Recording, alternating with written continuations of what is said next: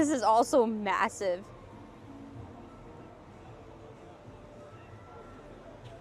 That is good. Stephanie Buffmonti, Fox 35 News. Well, there you have it. There is food in every pocket of this park. It's a foodies park, no question about it. Each world has multiple restaurants and bars and places to pick up some unique items. So you don't want to miss that, especially when you might have to stand in line for some of these rides that are commanding already, hours on a crowded day. No question about it. Just the other day, Garrett, we saw that what Harry Potter was at 300 minutes. Yeah. And that was in technical rehearsal. So yeah, you can imagine next week when we're going full bore here, what kind of lines we're expecting. But what's great about it is, you as a local, and you'll appreciate this, you maybe don't ride that day and enjoy the other parts of the park that they've spent so much time and energy on, that make it feel like you're not just at a theme park, you're at a place to relax. There are benches everywhere. You can bring a book if you want and read. You could really just spend the day here doing nothing and have a great time. It's one of those places. Remember, it's bigger than the combination of Islands of Adventure and Universal Studios. So you'll be putting your steps in for sure when you come here. I hope you get another ticket to come out here. You said you're going in late fall, I heard you earlier say? Yeah, so I bought a ticket for previews last week and got to check it out. But you're right. It is the kind of park where you just want to go back. And so, when I go back, it'll probably be in the fall when some of those crowds die down a little bit. But you were talking about with our guest about some of those details, because there is just so much to see that, forget trying to ride all the rides the first time. There's no way you can catch all of those details and those things. There's so many things that you'll see time and time again. Absolutely. And it'll be interesting because tonight, the grand opening party for all the celebrities and their families and the team members here who will be here to make that happen, they're expecting upwards to 6,000 guests tonight for the private party. It starts at 6 o'clock, goes till 10 o'clock. There's going to be a massive fireworks show and drone show right above us here, right above the Celestial Park. I've heard that they were testing it last night, Garrett, and the people staying in Stella Nova and Terra Nova, those two hotels that are about the moons, it was shaking the windows and the car alarms were going off. It was that bombastic. So they're going to kick off their grand opening tonight and tomorrow with a bang, the proper bang, the epic bang, as it were, because they need to. Nothing has happened like this in our century yet. So they ought to be proud of themselves. It's amazing to be here. Yeah. Kicking it off right. Fox 35's David Martin, we appreciate you joining us live from Epic Universe again today. You bet, brother. We'll see you tomorrow. All right, we'll see you. We're going to take a break here on Fox 35 News Plus, but we'll be right back.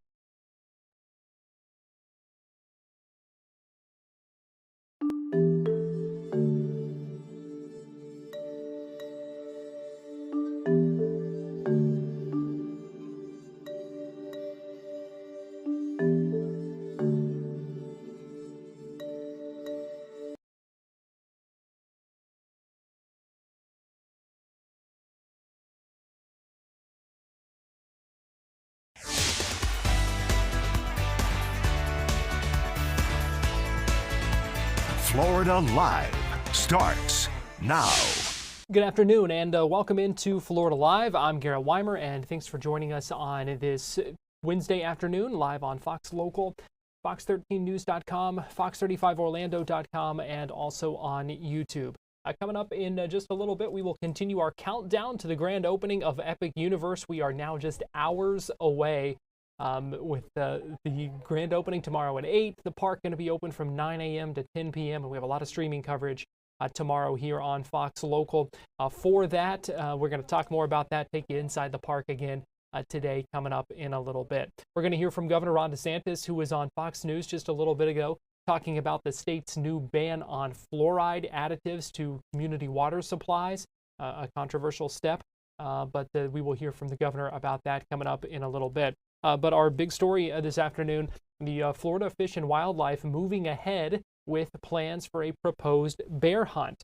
They voted 4-1 this afternoon to move this process forward. It now goes to a final vote that's expected in August. This is at the Florida Fish and Wildlife Conservation Committee meeting in Ocala, where they are in a break right now, scheduled to resume in about 40 minutes because they have been in session for hours this morning, heard hours of public comment, 3 hours of public comment. About 170 speakers had initially signed up to speak, many of them in favor, but a lot of them against the proposed plans for this bear hunt. And one other thing that they discussed during this meeting about the bear hunt were some of the proposed rules for it. So it would be 23 days. They talked about bear hunting zones. They talked about the permitting process, the reporting process, the bag limit, which would be 1 bear per permit. You may remember the last black bear hunt in the state of Florida was back in 2015, and that was controversial at the time. It became even more controversial because they had to end it early after just the opening weekend of it, when more than 300 bears were killed on that opening weekend. But this process is moving forward. I do want to play for you a little bit as we heard from the Marion County Sheriff speaking why he supports this, and then several speakers speaking in public comment, some in favor and some against. Top of the world. A bear was in that subdivision. Everybody, especially Commissioner Lester, everybody in here knows the villages, okay? Those 2 subdivisions, Oak Run and on Top of the World, is basically what the villages is. This is not like out east of the river, the Ocala National Forest. I do not live far from here. I actually live less than 5 miles along the interstate. 2 weeks ago, I personally came in contact with a bear in my backyard. Luckily for the bear, he decided to leave. Issues with that is no more than 1.5 miles from my house is 2 elementary schools. And directly north of that, the school district is building another elementary school, which is only 1 mile from it and 1 mile from my house. Well, we have through the Marion County, not only is the Ocala National Forest, but we also have, as you are well aware, that goes through the entire Marion County, is Greenway property.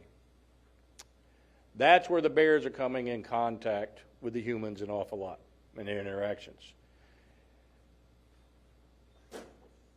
I say all this, 1, to encourage you to vote yes on this. 2, I will hit one topic. I'm going to encourage you, and your biologist did a wonderful job because, yes, I took the time to read their report. I went through it. Let me encourage you not to water this down, but to take their suggestions. And I say that because each of these examples, and I'm sorry, I forgot about one more. One of my chaplains in my office, he's had 11 contacts with a bear he lives in Citra as well. But however, do not water this down, but I also encourage you to look to the future, because the zones in which you have in each of these examples that I have given you is west of I-75, not east of I-75. There's very limited hunting to the west of I-75 in Marion County. You get more towards Citrus County when there is areas of hunting. But however, I encourage you to be open-minded in that and continue to grow it and regulate it. It needs to be regulated, and it should be regulated, and we need to control them. The other thing I know about my citizens, I love them. They're gun-toting individuals, and I love them for it. They will protect themselves, they will protect their property, and they will have my support. And you have my...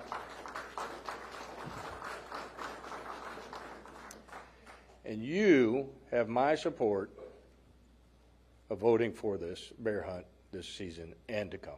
Okay, Jamie, you were first. Hi, it's great to see you guys in person. I really appreciate the time to be here. I have 3 observations that you may not be considering that I'd like to bring to your attention. The first is 75%. I believe that in that survey that you guys did, you probably did a lot of bear land. 75% is a high number of people that are opposed to the hunt. And quite frankly, the reporting in Florida is about 81%. It's a little bit higher when you go across the state. And I guess my observation there is, are you considering the impact that would be for the run of governor? So when the media goes to the First Lady, or like the president's pick would be Brian Donalds, how are they going to be able to stand behind something that only has 20% of the public behind it? I mean, that's not going to put a governor in office. And we show up, 80% of us, we vote.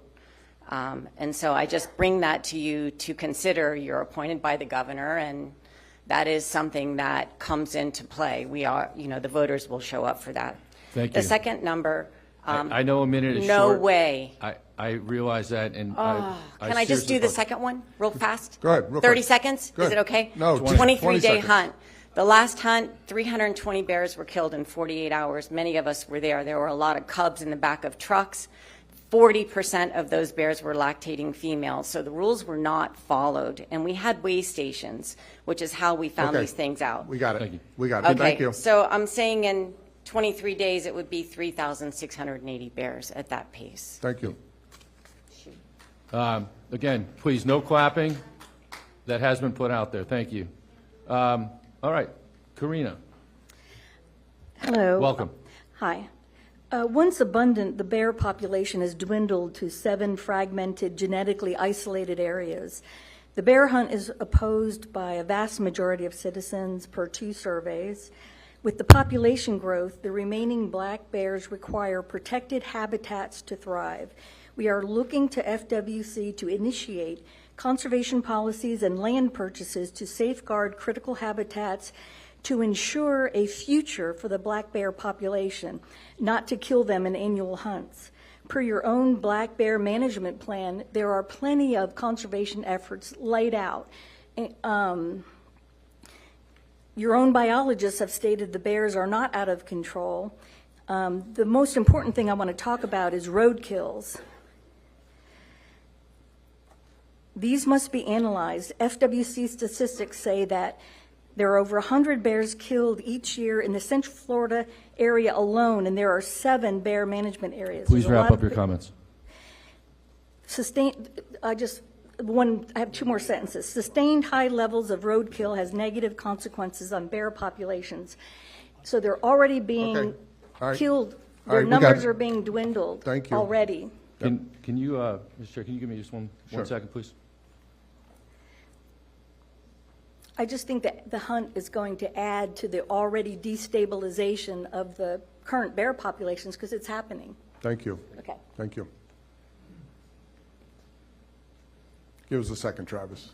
Well, while we've got a second, I want to congratulate Travis in the winning the Chris Jensen Conservation Award that was given a couple. It was rigged. It had to be rigged. Well done. Thank you, Commissioner. Awesome honor and congrats. Thank you. It was rigged, for sure. All right. Just kidding. Are you going to yell at me? If you go over time, yes. Travis, please start and make it quick. Good morning. I'll be quick. First off, commend George and staff. This is a tough, I recognize this is a tough thing to talk about, and it's hard. There's a lot of emotions about it. But emotions don't drive wildlife policy. Science does. We've got the North American Model of Conservation. This organization, this agency has been a tower of the North American Model of Conservation. It's time to have a bear hunt. We can argue about methods. We can argue about numbers, et cetera, but bear is a game species. We recognize it across the country. You saw that in the graphics that George shared. So it's time for us to have some level of a bear hunt, some type of bear take. And we need to be working on that and working on that together collaboratively. What I am up here to kind of say is I don't love it seems like this conversation has shifted from methods and types of support for this rule to whether or not we should have a hunt. And I don't think that's where we should be at in this conversation. I think the state of Florida, we need to be having a bear hunt. So appreciate you guys. I recognize how tough this is and want to, again, commend staff for that. The only ding I am going to give them is I don't love that we're putting non-scientific data into the slide presentation. I think that's always a problem. George and I have had that conversation in the past. So I'd ask that you consider that when you look at that number and see 75% approval. Thank you. And again, the FWC voting today to advance that bear hunt proposal with that final vote coming in August. We're going to take a break here on Florida Live, but we'll be right back after this.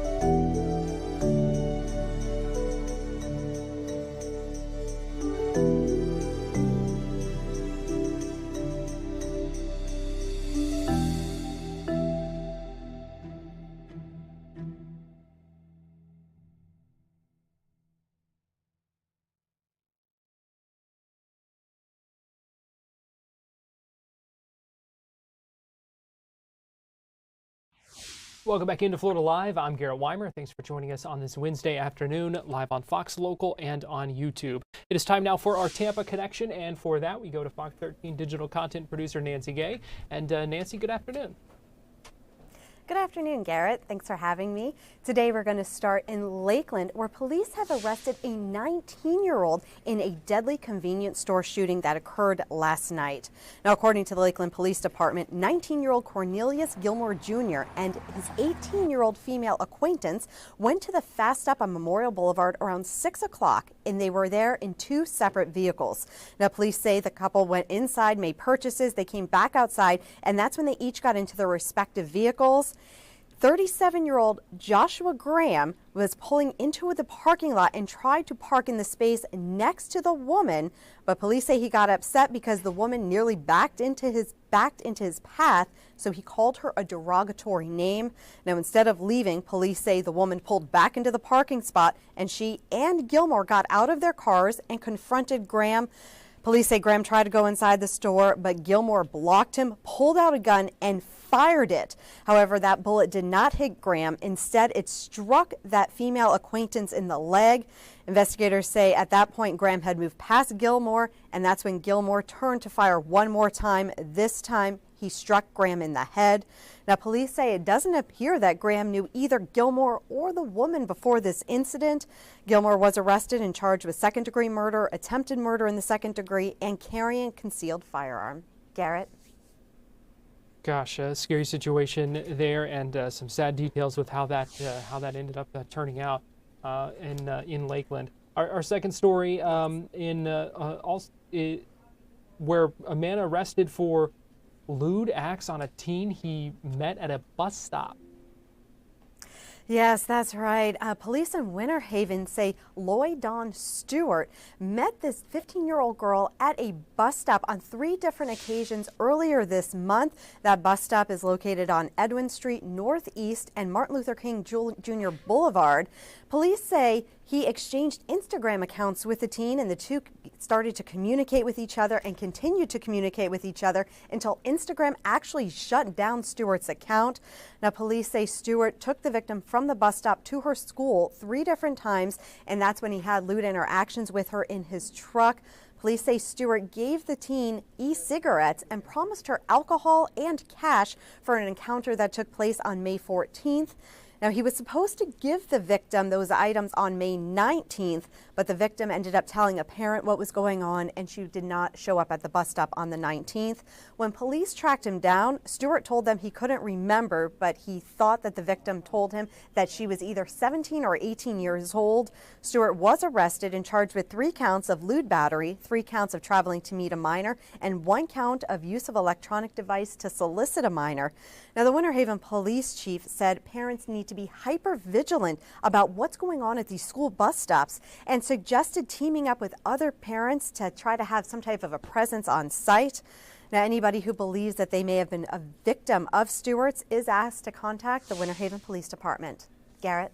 Good advice from the police chief, just reminding parents to be vigilant about things like that, because that certainly is a danger and a concern and something you would hope would never happen, but certainly something that nowadays you do have to think about happening at a bus stop like that. Yeah, it's definitely important to be vigilant, not only just at these school bus stops, but also with your children's social media accounts. Yeah. Police say that once he met this teen at the bus stop, they did exchange accounts, and that's how they were able to stay in contact with them.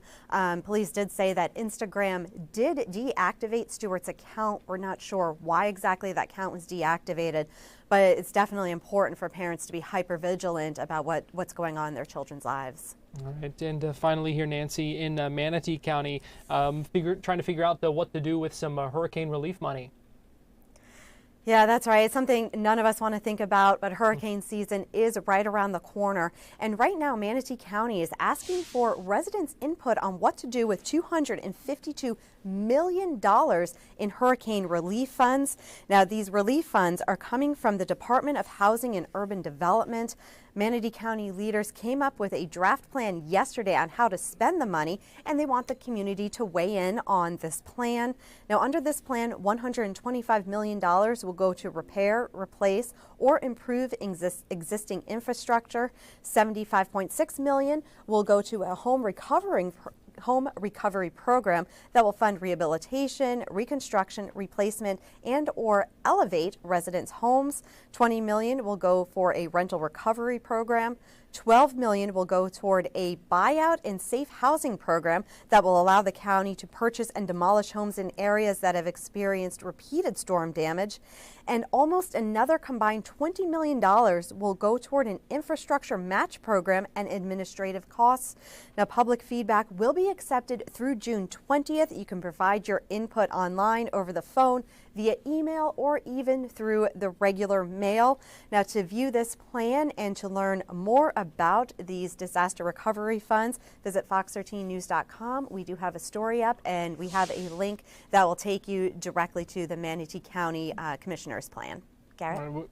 Well, Nancy, you were right about one thing. No one wants to be thinking about the hurricane season right around the corner now, though. Yes, that's right. June 1st is the start of hurricane season. Hopefully we'll get lucky this year and we won't see anything, but as we all know, we all need to prepare. And again, it starts June 1st. All right, about a week and a half away from now. So Fox 13 digital content producer Nancy Gay, we appreciate you joining us this afternoon here on Florida Live. Thank you. We're going to take a quick break and we'll be right back.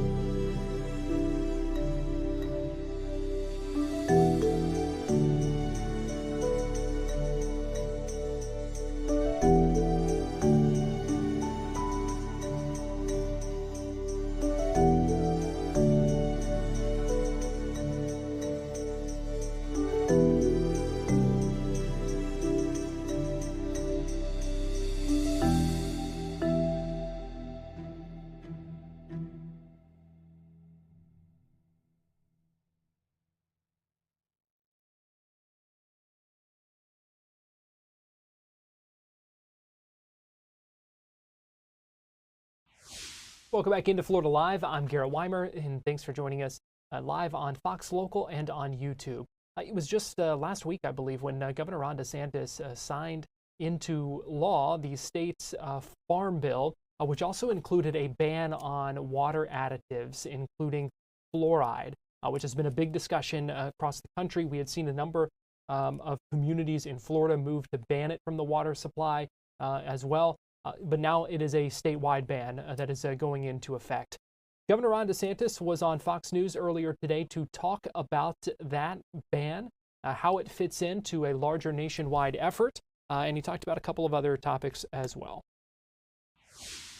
We did this because ultimately medical intervention should be based on informed consent. And you heard RFK Jr. talk about some of the studies that have done with excessive fluoride exposure. And so when you're adding it to the public drinking water supply, it's effectively forced medication. Yes, use fluoride to brush your teeth and mouthwash, and people do that, and it can have benefits for dental hygiene. But why would you force people to have to do the risks that are associated with it? People have started to take the evidence more seriously, particularly in light of a lot of the failures of the medical establishment during COVID. So ultimately, we want people to have a choice. If you want to add fluoride to your water, you have the right to do that. If you want to just use it for your dental products, you can do that. But we shouldn't be forcing it in everybody's drinking water. You know, I'm not a doctor. It's said that it's safe in moderate amounts. I grew up with it. I think it turned out okay. I wanted to respond to what the ADA is saying, American Dental Association. The ADA believes in the use of proven evidence-based science when making public policy decisions. For Dr. Ladepo to call community water fluoridation medical malpractice and calling all municipalities to end its practice is dangerous. It stands to harm the oral and overall health of all Floridians. I know your guy, Wilton Simpson, Agriculture Commissioner, says Florida's water is going to be clean, it's going to be safe, and it's going to be medication-free. What would you say to the ADA on that claim, Governor? Well, with all due respect, they want to make this decision for other people. Because obviously, you can use fluoride for dental hygiene. I do it. I think everyone does it. What they're saying is they don't trust people to take care of themselves, so you have to force it in their drinking water so you can fluoridate them that way. I think we're better off letting people make their own decisions when it comes to this. And so I understand that there's different entities that believe in these forced interventions. Our view in Florida is that we've got to focus on informed consent, and that's what we've done here. Okay, all right, we'll watch that. You're about to sign a bill, too, that's going to crack down on those who swat. And essentially, someone who swats is you call 911, the police come to your house, you've done nothing wrong, and there's a big scene. In part, it increases penalties for false reports, calls to 911, requires individuals convicted of misusing the system to pay for the cost of the prosecution, the investigation, and restitution for damages or injuries. How did this become so significant in Florida? Well, we've seen an increase in this swatting activity around the country, but including in Florida. I signed an anti-swatting bill a couple years ago. It was strong legislation, but the bill I'm going to sign today is the strongest in the country. And the reason is swatting, the officers who are going, they think it's a legitimate call, so they're going to behave as if there is a suspect in the home. The resident, they have no idea what the hell's happening, and so you end up situations where you can have lethal force that are engaged. So the people that are doing this are committing really serious offenses, and I appreciate that we're going to hold them accountable with criminal sanctions, but also the restitution, because it costs money to have to do all this stuff. But we've had actually swatting focused on conservative media personalities throughout the country, including in Florida. So there has been somewhat of an ideological bent to this. The bottom line is we have zero tolerance for swatting. You're putting people's lives in danger, and you are grossly misusing very important emergency resources. Yeah, we'll see if other states follow your lead.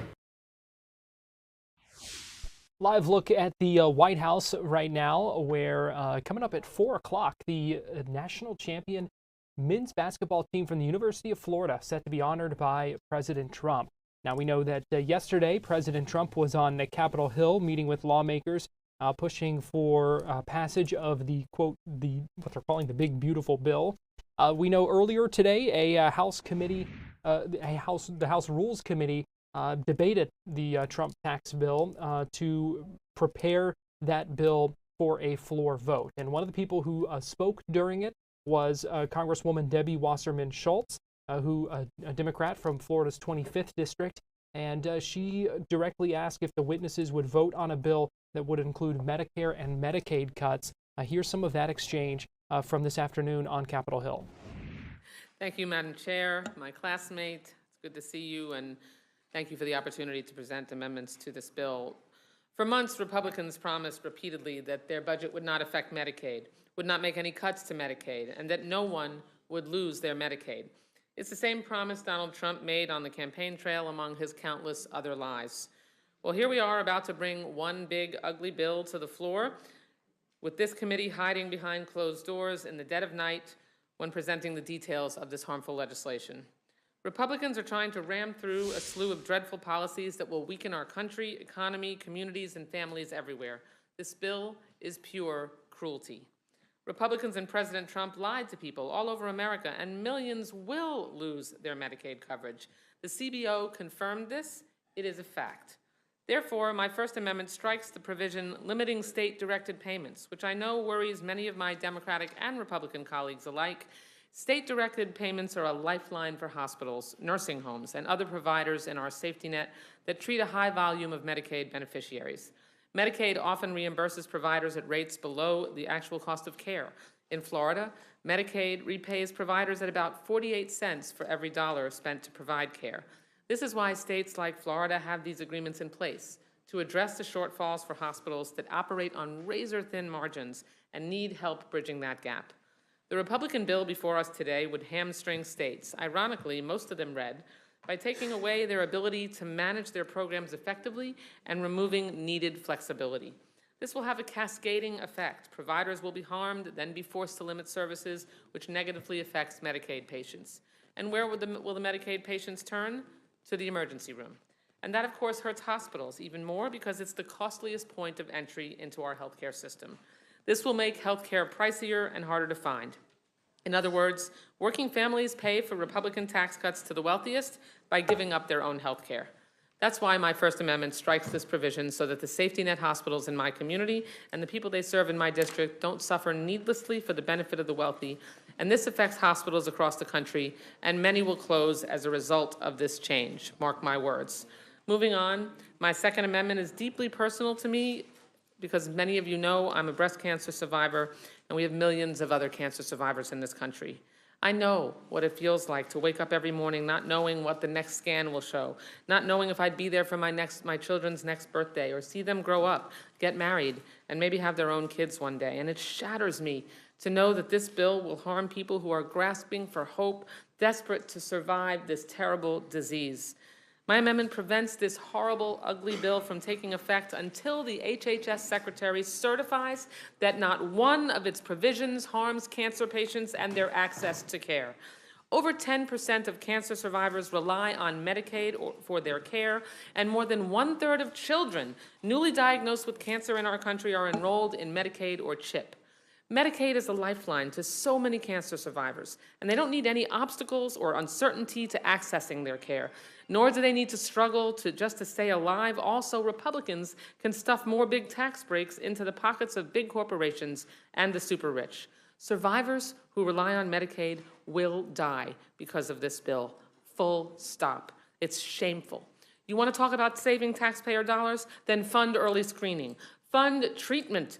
Help prevent advanced stage cancer, because we all know that preventing diseases like cancer and catching it early, as I was able to, is far less costly than treating it when it has advanced and spread. Access to insurance saves lives and lowers costs. I know you know that, but you simply don't have the courage to stand up to Donald Trump and defend your constituents for fear he'll tweet a primary opponent for you. And spare me the excuse this bill only kicks off ineligible people from Medicaid. That is false, and you know it. This moment calls for courage, not self-interest. It requires a heart, not a headline. There are 110,000 people in my district who are at risk of losing their Medicaid health care under this terrible bill. A majority of them are children. Nearly 30,000 are seniors. And I'm up here I'm sorry, I've been here since the middle of the night, fighting for them. Why? Because Republicans turned their back on the people that you represent. You have to push this midnight madness because you're putting your constituents in dire situations and you want to block them from defending themselves. And you want to ensure they can't by yanking their health care while they're sleeping. I know how important Medicaid is to so many Floridians and people across the country, and I swear I will defend it to my last breath. So I ask each of you, would you vote for a bill that could take away the care of a loved one facing cancer when they needed it most? Hide in the dark if you want, but history is watching, and the people that we all serve will remember how you answered. I yield back. We're going to take a break here on Florida Live, but we'll be right back.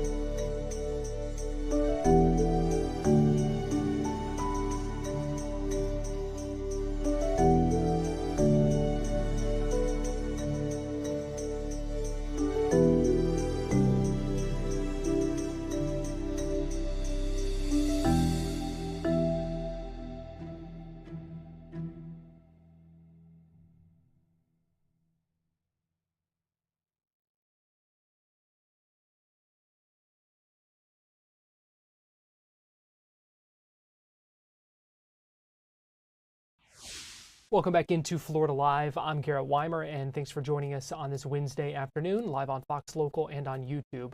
Just moments ago, a judge in Orange County sentenced a man to 3 consecutive life sentences in prison. Nelson O'Deege was convicted back in April of sexual battery and kidnapping. He raped 4 women at bus stops in Pine Hills in Orange County back in 2023. The women were attacked in the early morning hours and were threatened with violence if they did not perform sexual acts. During his trial, all of the victims testified against him. I want to play for you this afternoon as the judge handed down those 3 consecutive life sentences to Nelson O'Deege. Like you, she's an immigrant to this country. She's from your community. She's from your country. I cannot allow you to remain a member of society. So on count 1, I'm going to adjudicate you guilty. I'm going to sentence you to life in prison. Consecutive to that, on count 2, I'm going to adjudicate you guilty, sentence you to life in prison. Yes, sorry. Okay. So kunya munsa te o immigrant comme vous, on dit que c'est on nous qui fait partie de la société, même pays avec. Moi-même, je ne suis pas capable. Et si tu moi, je suis une femme. Et c'est pour ça qu'on peut aller dans une perspective. And consecutive to that, on count 3, you'll be adjudicated guilty and sentenced to life in prison. Et la deuxième, troisième partie, on va encore aller dans une perspective. Miss, I'm going to find that you are a sexual predator. Si on prédateur sexuel. I'll sign that order now. Ms. Marlowe, do I need to make minimum mandatory findings on count 1 as well? It's a 50-year minimum mandatory on count 1. It's a life sentence. Or count 1. Count 1 and 2. And for 2. Both for the 794. All right. I think. Yes. In an abundance of caution? Yes. All right. You will let me know what I need to interpret here, right? What I said and then her saying yes. Okay, can you please tell me because it's Yes. you're talking over each other. I apologize. Do I need to make a minimum mandatory sentence on counts 1 and 2 as well? Est-ce que vous êtes supposé faire un plaid pour lui pour venir pour lui et deuxième là aussi? All right. So counts 1 and 2 will include 50 years to be served as a minimum mandatory, although it's a life sentence. You will receive credit. Sorry, you can translate.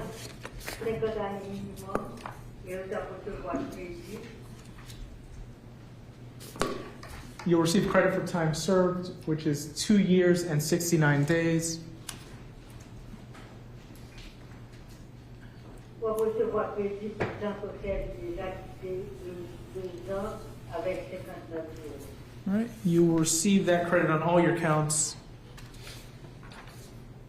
Pour recevoir crédit ça dans tout ça dossier. You do have some court costs, which are Voulez-vous payer frais de tribunal? The total court costs are $668. Montant total c'est $668.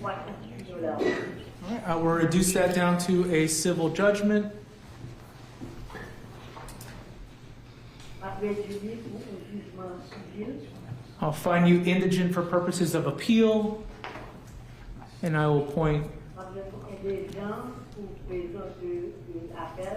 the Office of the Public Defender to represent you on your appeal. Et du coup, défenseur public là, représenté où dans appel. And then I'm going to remand you to the custody of the Department of Corrections to serve your sentence. Et puis ma promesse tout, par exemple, il va continuer avec condamnation. I do wish you the best of luck. Vraiment souhaiter bonne chance. All right, please take direction from the deputies to get fingerprinted. We'll go into a brief recess. The judge sentencing, again, just moments ago in court in Orange County, Nelson O'Deesh, 3 life sentences. The judge saying before that clip started that a woman should be able to go to the bus stop at 5 o'clock in the morning without having done to her what happened. We're going to take a break here on Florida Live, but we'll be right back after this.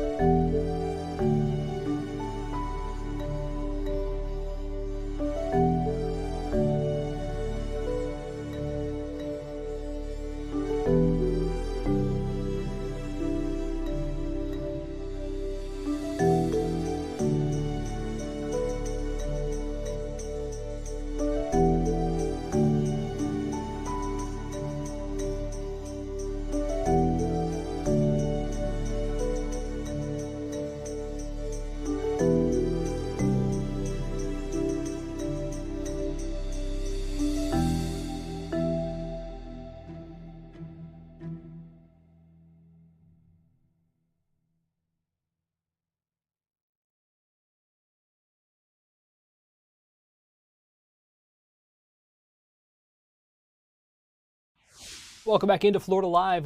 Grand opening of Epic Universe is just about here. We are just hours away and a little windy out there here in Orlando today, as you can see by the camera moving around. But a lot of excitement for the opening of Epic Universe. And earlier today, Fox 35's David Martin spoke with Gabriella Lander, who's the Director of Architecture, Engineering, and Design. And she talked us through some of the details you won't want to miss at Epic Universe. It's always my honor and pleasure, Garrett, when we get to talk to the brilliant minds behind Epic Universe, the people who've been talking about this project from its inception in, I guess, 2017, maybe earlier. Say hello to Gabby Lander. Gabby, good morning to you. Good morning. Gabby, give us your official title here, because you say it so nicely and I don't. I'm the Director of Architecture and Engineering Design. Okay, so architectural engineering and design. So I'm guessing you had your fingerprints on a lot of the beautiful domes and the buildings we see here, right? Yes, I've been fortunate to be involved in everything here. So when would that have started for you? When did you get involved in the project? Well, I had my first meeting for this project maybe 2016. Okay. So the countdown is on. We're now officially 21 hours away from opening. Are you ready? Oh, I'm so ready. I'm so happy. I'm so excited. Yeah, I bet. So you've had 5 worlds to work on. The Celestial Park, which is where we're standing in right now, which is the hub, right? And then the 4 separate worlds that are attached to it. Super Nintendo, you got the Harry Potter, you have the Dragons, and then, of course, Dark Universe. Do you have a favorite, Gabby? Well, depending on the day, let's put it that way. Deal. It's depending on what I feel like. If I feel like going into immersion and playing, I will go to Super Nintendo World. If I want to have a relaxed time and natural time in a park, I will stay in Celestial Park. If I want to experience the movie that I want to fly, I will go to How to Train Your Dragon, Isle of Berk. If I feel like dark, I will go to Dark Universe. And if I feel like having some magic moment, I will go to the Wizarding World of Harry Potter, Ministry of Magic. So all of them have so many unique things and details to hang out. You can spend an entire day in each world and never see anything. So give me something that you can share. There's a secret perhaps in each world that you had your hand on, that you helped develop, that we could appreciate today. Well, I will follow the footprints in Dark Universe. On the ground. On the ground. Nice. And can you tell us what the footprints are? Is that giving away too much? Too much. Yeah. People need to experience it. Is it even it could be a monster is what you're saying? Maybe. Okay, I like that. How about something in the Harry Potter world that we should keep our eye on? Harry Potter, I will go closely to each window. Uh-huh. Yes. Each window tells a story. I love it. What about How to Train Your Dragon, Isle of Berk? You have to interact with the characters. Yeah, those meet and greets are insane. Very important. Oh, absolutely. If you've not, and by the way, we should tell our audience, watch the movies too if you haven't seen the movies. Oh yes. Much better it's appreciation. A must. Yeah. Yes. And Celestial Park, where we're standing, the park behind theme park, what do you recommend we keep an eye out for in the details here? Well, walk the areas that are not the main path so you can get the full experience. Beautiful landscaping here. Amazing. And immature landscaping, because in 20 years we'll see taller trees, right? So pack an umbrella perhaps for your shade if you need it this week when you come out for opening tomorrow. It's going to be hot. And we haven't touched upon Super Nintendo World, and there's a reason for that. What is something we need to keep our eyes out for in there? Be prepared to jump and have a lot of fun. That is exactly what our colleague Stephanie Buffamonte did yesterday when she was invited to get her first look at Super Nintendo World. Garrett, let's take a look at that together. Here we go. When I come through the portal and up the stairs through Peach's Castle, I am in another world, the world that I grew up with. And when you step into the world, you can be part of the world with your own power-up band. There are several ways to use your power-up band. Just go to one of the question blocks and look at this. Anything that you do in the land is connected to a land-wide game, and that allows you to see your score, compete against other players, against other teams. So I'm on Team Donkey Kong, you're on Team Princess Peach, and we each have our own score. So when we play these games, we'll collect coins. When we punch the interactive blocks, we'll collect coins. We can find hidden items that give you stamps, and those collect coins. Everything's coins, and they give you a score, and that score is tracked through this band. I tried my luck with this slot game, getting 4 in a row and earning some coins for Team Peach. Super Mario World isn't all games. There are plenty of rides too. I just got off Mario Kart Bowser's Challenge. I don't even know how to put into words how cool that was. I'm 32 years old, so I spent a lot of my childhood playing N64. I still play N64, and guess what? You go on Rainbow Road, you feel like you're actually in the video game, and it's so interactive. There's a 3D portion too. It's just really, really cool thanks to those goggles. You really just have to experience it for yourself. And of course, the food. We just went to Yoshi's Snack Island, and look at these awesome treats. This is a red shell calzone. We have a mango smoothie and then an apple melon smoothie. Let's start with this one. That's really good. I wasn't expecting the tapioca balls at the end. It's really, really good. And then let's try this. Let's try to be gracious eating this.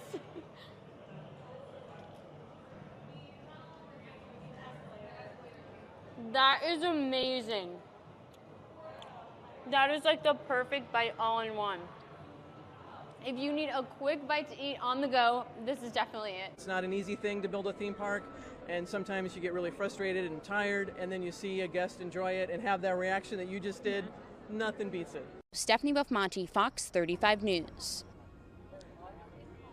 You know, Garrett, it's pretty funny that last spokesperson from Universal had said, you know, there are days when they do get tired. This has been a project since 2016, right? And in the past, let's say 5 months, you know, they've been working around the clock to get this off the ground. And this week in particular, with 800 media outlets from all over the world, all eyes are on this park in every corner of the globe. So you know they've got to be up watching all of the coverage and making sure that every corner of this park is buttoned up and ready for tonight's blue carpet event, which starts at 6 o'clock. And then, of course, tomorrow at 8 o'clock when the gates actually open up for the first people who are going to experience the park. Now, Stephanie did continue her coverage yesterday at Epic. Not only did she try Super Nintendo World, but she had a chance to explore the massive How to Train Your Dragon Isle of Berk world. Let's take a look at that now. 3 rides, 3 eateries, and dragons everywhere. But with dragons around every corner, you have to be prepared, which is why these rides come in handy. We're about to head on Fire Drill. This is a family fun water ride where you get to shoot water cannons at each other. And of course, this is a skill you must master if you're living with dragons. This one though, you're gonna get wet. So keep that in mind, bring your ponchos. We just got off Fire Drill. It was really cool. You have to shoot targets, fire targets, and then X targets. I clearly wore the poncho, I'm nice and dry. Photojournalist AJ here.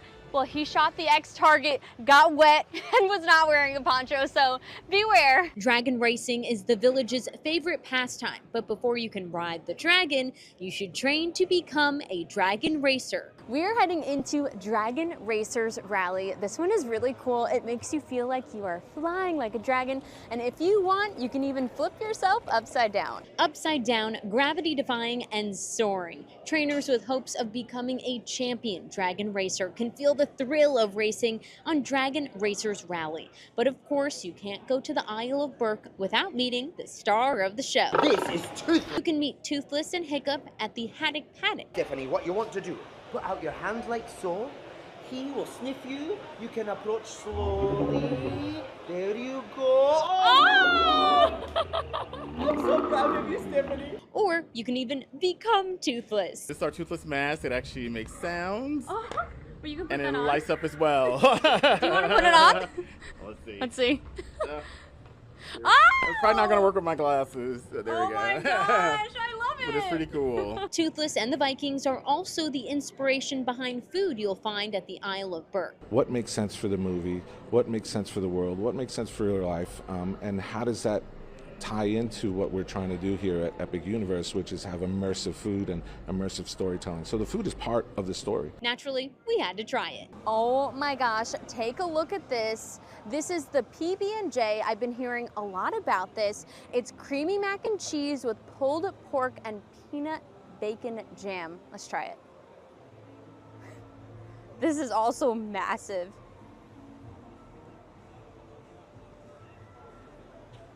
That is good. Stephanie Buffmonti, Fox 35 News. Well, there you have it. There is food in every pocket of this park.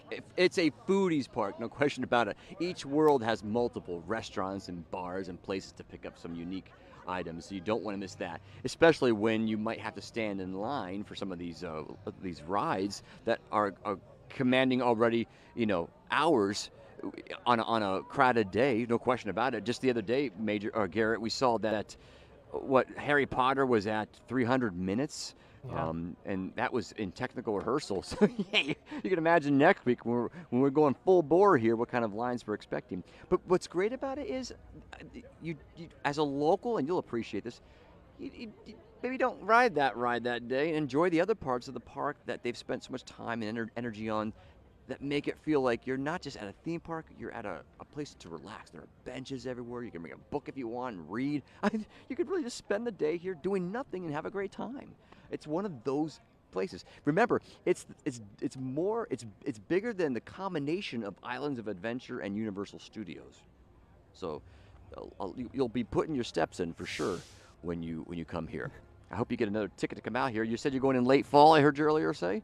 Yeah, so I bought a ticket for previews last week and got to check it out.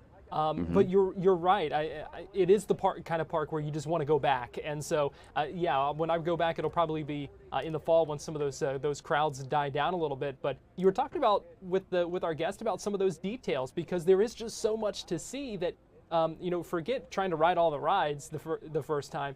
There's no way you can catch all of those details and those things. There's so many things that you'll see time and time again. Absolutely, and it'll be interesting because tonight the grand opening party for all the celebrities and their families and the team members here who will be here to make that happen. They're expecting upwards to 6,000 guests tonight for the private party. It starts at 6 o'clock, goes till 10 o'clock. There's going to be a massive fireworks show and drone show right above us here, right above the Celestial Park. I've heard that they were testing it last night, Garrett, and the people staying in Stella Nova and Terra Nova, those two hotels that are about the moons, it was shaking the windows and the car alarms were going off. It was that bombastic. So they're going to kick off their grand opening tonight and tomorrow with a bang, the proper bang, the epic bang, as it were, because they need to. Nothing has happened like this in our century yet. So they ought to be proud of themselves. It's amazing to be here. Yeah, a lot of excitement about it. Again, we will have much more coverage tomorrow as well on opening day. In fact, all day here on Fox Local Orlando, and for you watching on Fox Local Tampa, we will have a full hour of some special things that we're planning in that 2 o'clock hour here on Fox Local.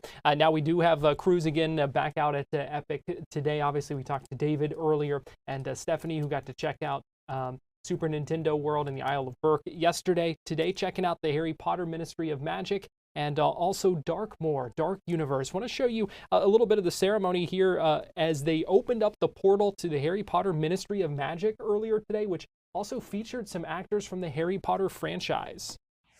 At the ready.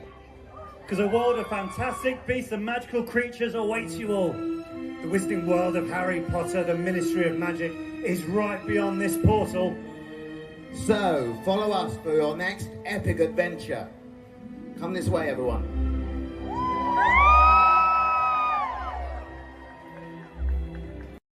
The actors who played Fred and George Weasley and Professor Flitwick there in the flesh outside the portal of Harry Potter Ministry of Magic earlier today. And then also pretty cool moment outside the portal as they waited for it to open to go into Dark Universe. Check that out.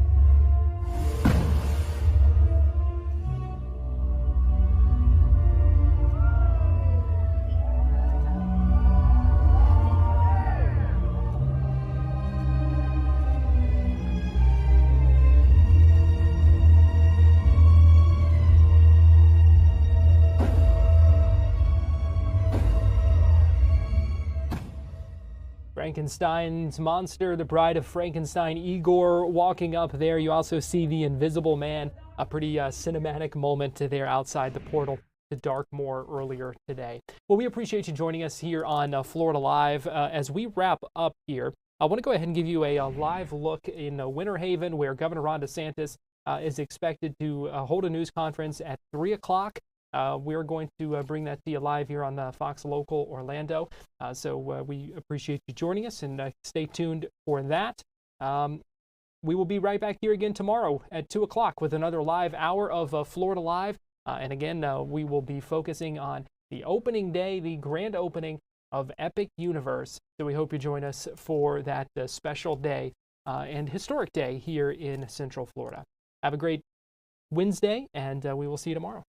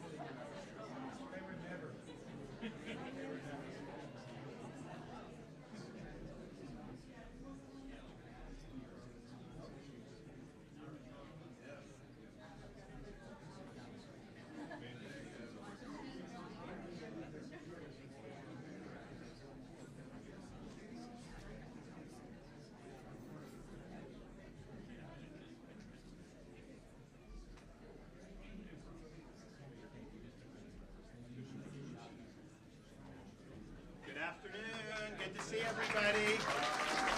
Thanks so much. It's great to be back in Grady Judd country, Polk County.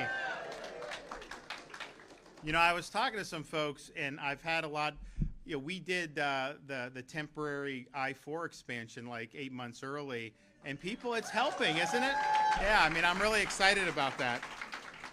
It's I-4, Polk, Osceola, Orlando area. I mean, it can be bad, but when all the stuff's done, I think the everything we've done in I-4 so far that's completed is good. But man, this part is it can be tough when you have to be in those roads. So I'm really glad we're able to do that. We're joined here today by our Commissioner of Education, Manny Diaz, of course, as I mentioned, our great sheriff from Polk County, Grady Judd. We also have Ryan Petty, who's on our State Board of Education. We have Senators Blaise Ngolia, Tom Wright, and Colleen Burton. And Florida House Representatives Bill Partington and John Albert. So I want to thank everybody for attending, and we've got some great bills to sign today. One is continuing with our commitment to school safety and student safety, and I think most people remember in 2018 we had the tragedy at Parkland down in Broward County. After that, I wasn't governor yet, but after that, there was a movement to say, okay, you know, what went wrong on school security? There was also things, quite frankly, that went wrong with the law enforcement. That's why I removed the sheriff of Broward when I became governor back in 2019, because there was no accountability for the failure. You got to have accountability.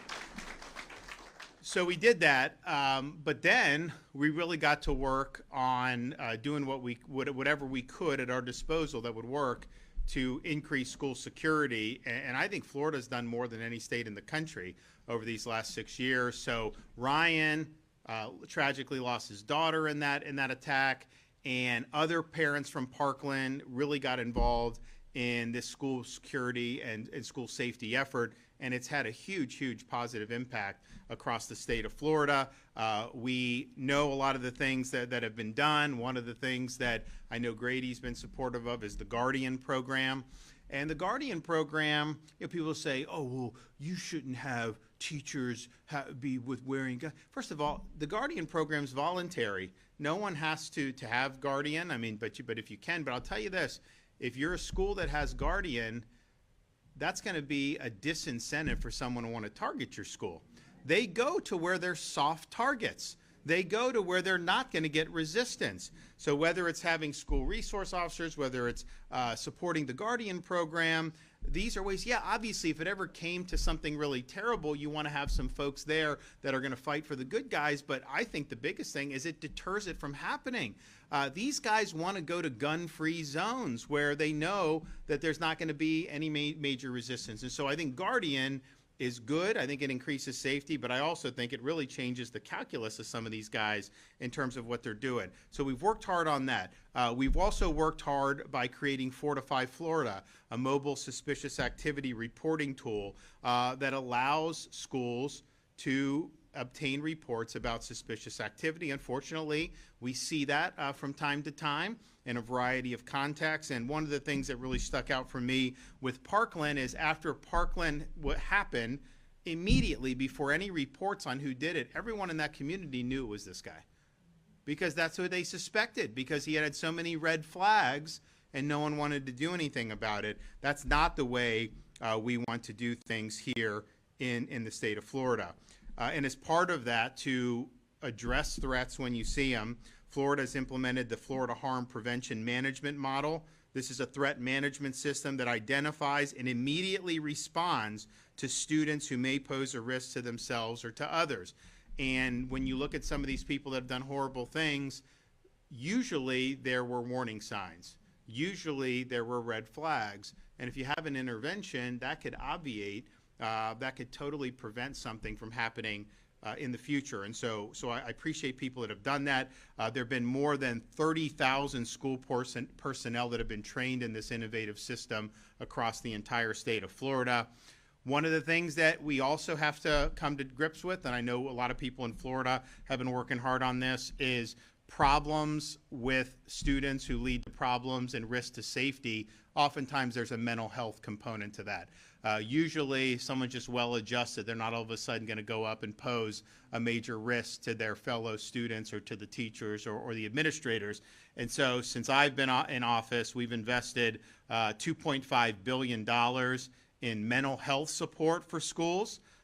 We've also created a new requirement for mental health services and training, including at least 80% of all school personnel complete youth mental health awareness and assistance training.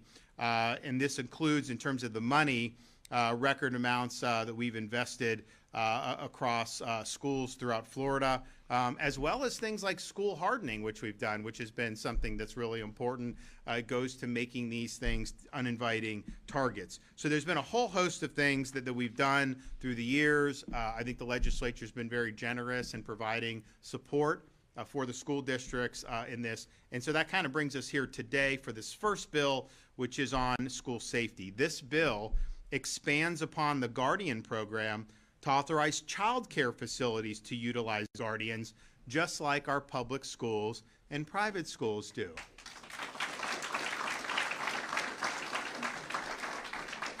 Child care facilities may now partner with local sheriff office to have teachers and other personnel properly trained with firearms and other school safety measures to protect students in the event of an emergency. And I think that's going to be something that people are going to like. We had previously, in prior legislation, did legislation that had all doors and gates in a school needed to be locked at all times. And while that was well intended, schools pointed out, hey, there may be some problems about moving around. Can you do so? I think what the legislature did is they tweaked this. They made sure that, yes, we want to be able to create locks to keep bad guys out, but we also want it to be practical. We want to make sure people are able to do their daily tasks and get to where they need to go. So that was a requested change, and one I think that will likely be very, very effective. So we are continuing to advance the ball there with school security. Now, one area that we've also led on, in addition to school safety, is on the issue of swatting. So swatting is when people will call in a bogus 911 call to usually somebody's residence. They will lodge a complaint of people's lives being in jeopardy, that they're being dangerous. A lot of times they'll say there's weapons. And so that, well, and you know, if you got a legitimate call on that, the Grady's people would go and they would try to secure that area and prevent the harm to anybody. But in this case, there's nothing there. There are people there that are innocent. Law enforcement doesn't know that. They think it's a serious call, so they're going with that in mind. You get woken up or something and react, and someone's breaking into your house for no reason. You know, you don't know that it's police. You could then do something. So it creates a really, really serious risk for public safety. It creates a risk of life and limb. And we have had instances where people have been killed across the country because of these swatting instances. Now, we led the effort in Florida in 2021 to combat swatting. I signed a bill that established felonies for swatting offenses that lead to damage, injury, or death. And we also required restitution to be paid by swatting perpetrators. And while that has been helpful, it has not been fully sufficient. We continue to see these swatting activities happen across the country and even in the state of Florida. Recently, they have targeted people that are influential in conservative media. We had a fella in Tampa named Benny Johnson that was the target of a swatting incident. Someone called the police and made a fake report, and law enforcement did basically a raid on his home as a result of that point. These are not victimless crimes. One, people can get hurt by doing it, but even if nobody's hurt, it's taking resources and time and manpower away from actually doing the job that we want our law enforcement and first responders to do. So this is something that needs to be addressed to the fullest extent of the law. The bill I'm signing today will increase penalties for people that are making